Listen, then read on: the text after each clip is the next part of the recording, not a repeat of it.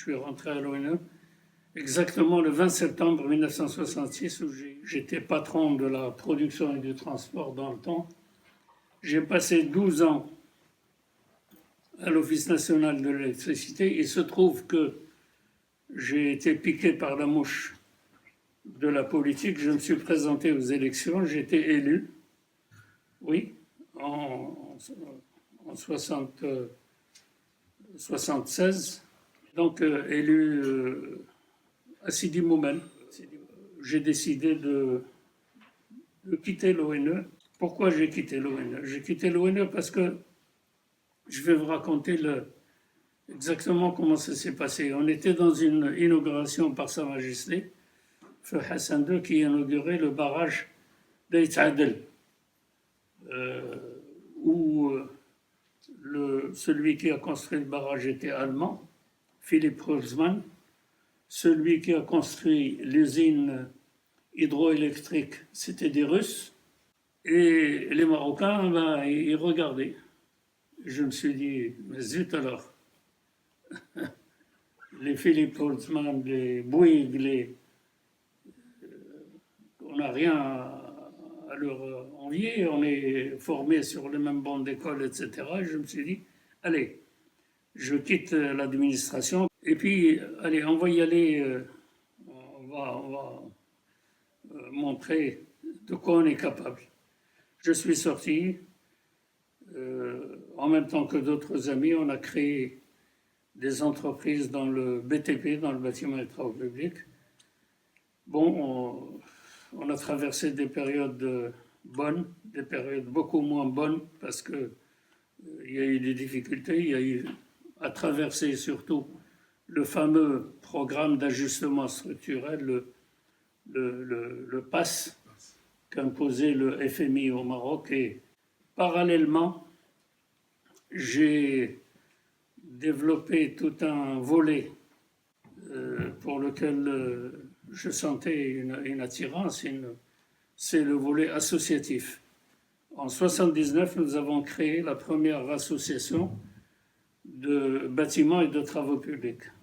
Et on s'est dit, il faut organiser, il faut structurer ce secteur. En 1981, nous avons créé la Fédération nationale du bâtiment et des travaux publics, que je préside depuis 1995, mon corps défendant, parce qu'à chaque fois que je veux partir, mes collègues me retiennent, et j'y suis toujours. Parallèlement, nous avons créé d'autres instances qui étaient très importantes sur le plan politique pour notre pays. Alors, je parle des années 80. Les années 80, on était fâchés avec les Algériens, avec les Libyens, mais nous avons, nous, créé l'Union des entrepreneurs arabes. Ensuite, nous avons créé l'Union des entreprises islamiques, qui est toujours là, qui est un interlocuteur de choix pour la Banque islamique. Parallèlement, j'ai développé une affaire commerciale d'importation de machines de travaux publics depuis la Chine, et je suis maintenant le partenaire du leader chinois dans ce domaine. J'ai eu le privilège d'être nommé par Sa Majesté au Conseil économique et social il y a maintenant, nous sommes en février, il y a 5 ans. Quand vous êtes rentré, je venais de rentrer du bureau. Je travaille encore, je travaille. Voilà le parcours de Mohamida 66. Ma fierté, c'est d'avoir réussi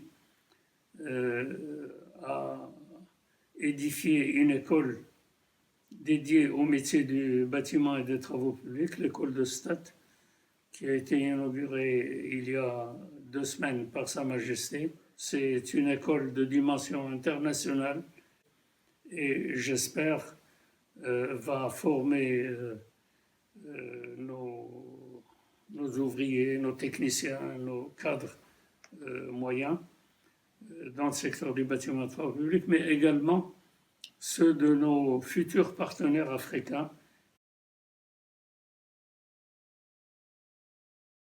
J'étais le premier Marocain président de l'association des anciens de l'école centrale au Maroc.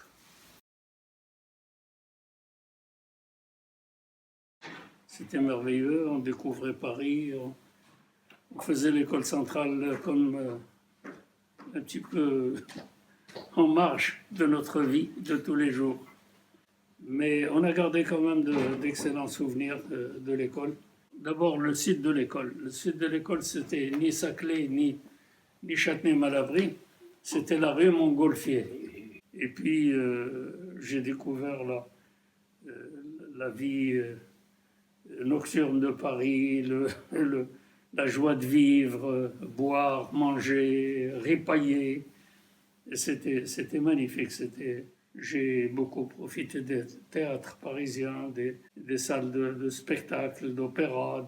Aujourd'hui, j'aime beaucoup la musique classique. Je n'ai pas grandi dans un milieu où on écoutait souvent du Mozart et encore moins du Shostakovich. Mais à Paris, on a appris tout cela.